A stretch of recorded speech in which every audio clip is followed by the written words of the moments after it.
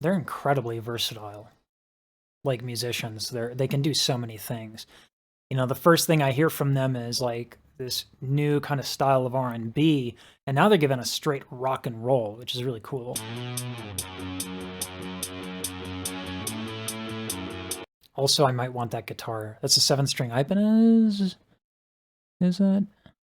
I don't know. It's got a whammy bar. Oh, that's cool.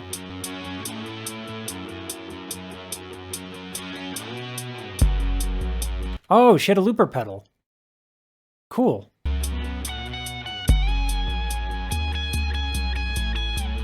The thing that's really, really hard with loopers, if you're even a little off, loopers do a good job of, especially the new Boss ones, they'll actually try and line up the waveforms, but they're not always perfect. So if you mess up, that thing's going on loop again and again and again, so everyone can hear your mistake. So playing with a looper is actually really challenging. And usually if it's done just by yourself, it's really, really not enough. It's kind of not something anyone wants to see. But together, doing two of them, they can lay down tracks much faster, which allows us to break away from the generic looper sort of like wannabe EDM music. This is really cool. The rhythm, it's subtle. It's a subtle thing, but the rhythm here is really cool. So we start on the this kind of like bass line / drum kick thing. That's really cool.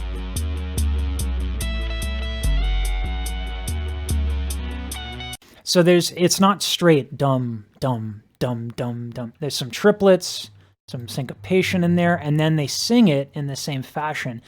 And what's really cool about that is that guitar line is definitely just like straight eighth notes. So they're having to play with the rhythm while they have something that's like this, and they're trying to do like syncopated, cool stuff rhythmically. And that can be difficult.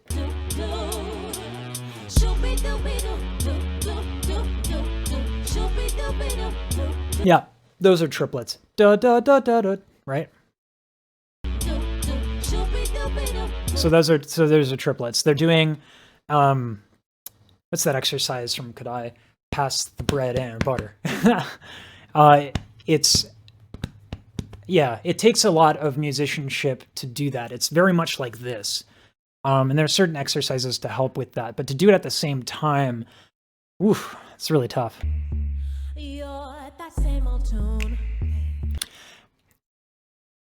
To me, they're so creative. They really are, because look at this, right? You have this like rock and roll thing with syncopation and triplets, and then all of a sudden we get like straight hip.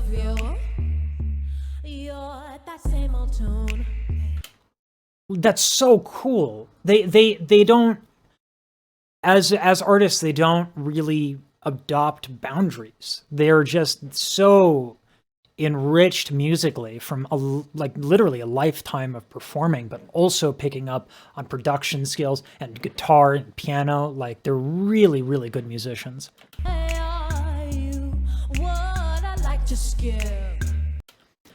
So they're using offsets and onsets differently. What is an onset? An onset is how you start a note, and an offset is how you finish a note. So listen to Halle go to what's aspirate gradual. So as you get off the note, right, little air comes out. And I don't ever wanna hear you again.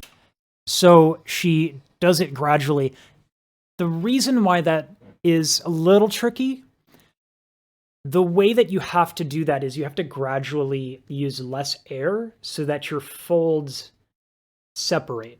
Because when you put air through your folds, they come together. That's called the Bernoulli effect, right? That's some of how your vocal folds adduct. If you push a lot of air, you can't get that because your folds are going to come together, right? So it's a little trickier and more nuanced than you might think. It takes a lot of like kind of holding back and giving it a very gentle letting go.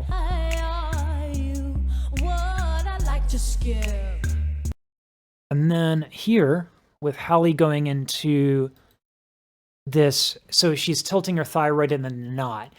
When she has vibrato, that's when it's tilted without tension. But if you tilt your thyroid cartilage and put just a little bit of tension, you can only really do this in your bottom and your middle. So if I do that's just straight like opera vibrato. If I hold it though, if I hold it, I get to have the effect of the thyroid tilt, which is a richening and a warming of the sound without having to have the vibrato. So she is bringing in and taking away tension as she's doing this phrase. Check it out. I like to skip. I wanna be deaf to it. I love that. Listen to how she's handling the words here. These two phrases contrast each other. Right? She's doing this sort of like really, really schmaltzy phrasing or legato, and then I wanna be deaf to it. Right? That's really, really expressive.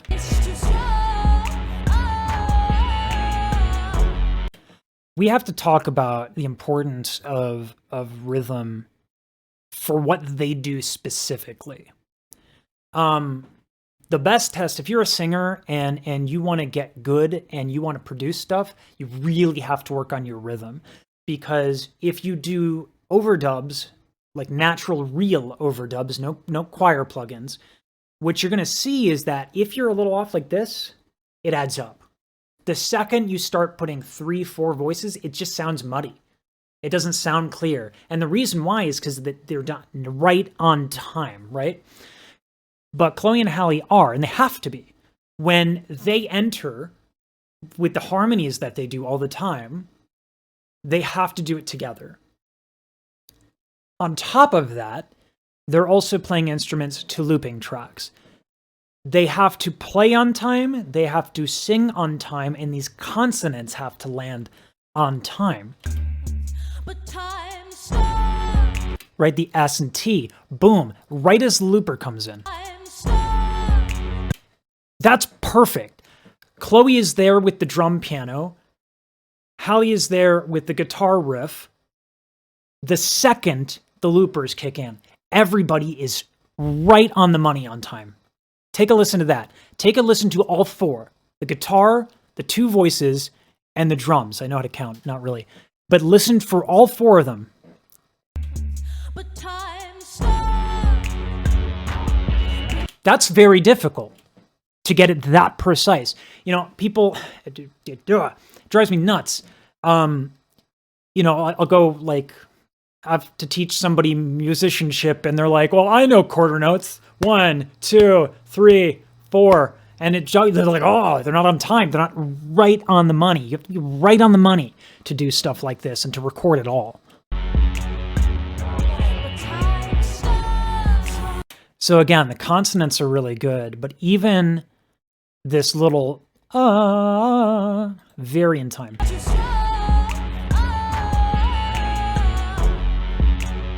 And that's, again, her playing with rhythm. It's not straight, right? Da da da da da da da dun dun dun dun dun dun dun dun, right? To do all of this against the eighth notes is what makes it compelling and interesting. If they just did eighth notes and then did quarter notes and there weren't like triplets, no syncopation, this would be super boring. But it's not.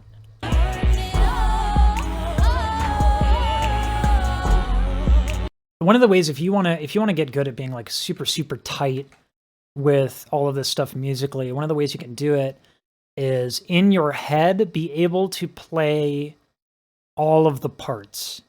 And what I mean by that is, you know, when you listen to like your favorite song and you kind of like, you know, the drum part, you know, this part, and you know them together. It's really much easier to be on time and to be so astute about all of these things when you just kind of play them all in your head. This is another thing. Look at the cutoffs. She's killing the looper. She's muting her guitar. The second Chloe comes in. that boom that you hear is the distorted guitar getting palm muted. That little thing that happens. See that? That's the palm mute. It's really hard to hear, but try and hear it. Right? I'm wondering if these choir effects are pre-recorded.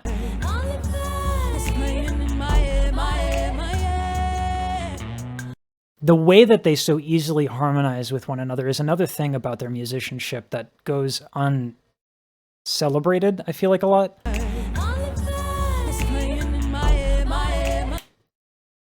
That they just add it in there whenever they want is really, really cool.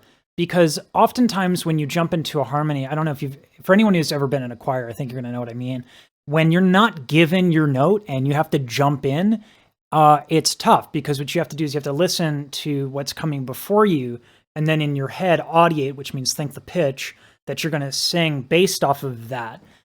And what's so compelling about them as a musical duo is that they do that everywhere, right? Like they will jump in and be on the money with harmony, seemingly at any point in time.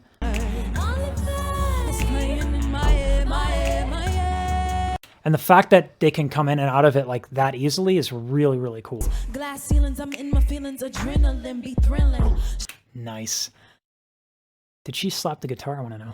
It shatters. Glass ceilings, I'm in my feelings, adrenaline be thrilling. So not only, this is the thing with rapping, and I won't punish you by attempting to do the whitest Vanilla Ice stuff that you'll ever hear in your life. Rhythmically, people tend to be like not right on the money with all the consonants. But then if they even do that, they have trouble with word emphasis during faster passages. So observe not only Chloe being on time, but also understand the emphasis she's putting on the words.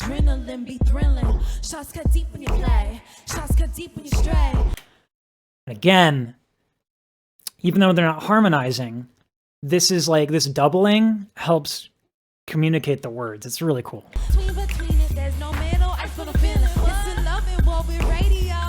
We started out with rock and roll. We started out with rock and roll. And they're just like, I don't need rules. I don't need your boundaries. Get out of here.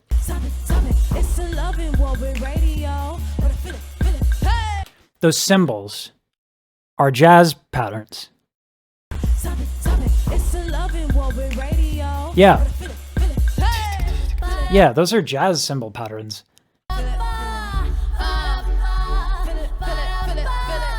So she's building this with the looper. Sounds like she's building all these harmonies.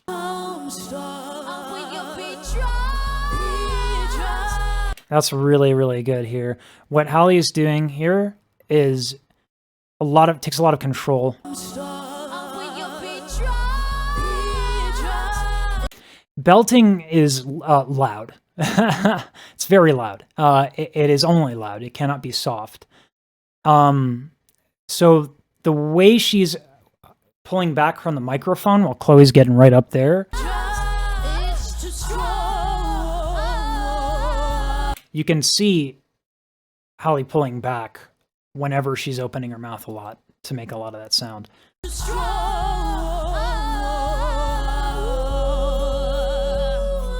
And then she comes close when she's not doing that. Mic technique and probably a setup like this is not as... When you have a lot of this stuff around you, guitars, drums, and all that stuff, you generally don't have a very hot mic, which is to say that the mic's not very sensitive. Because if you do, it'll pick up everything around you.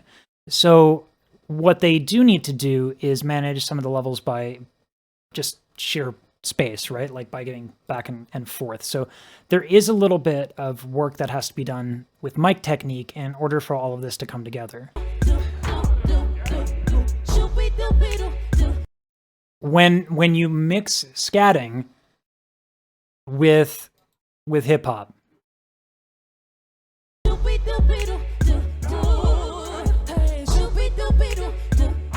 And the cymbal changes, the cymbal patterns changed from the jazz patterns that we were hearing earlier to more trap sprinkles, right?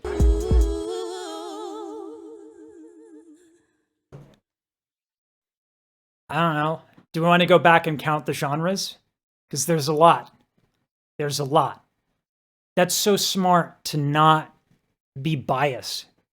And the fact that they have such a diverse repertoire of musical references in their brain minds is incredible to me.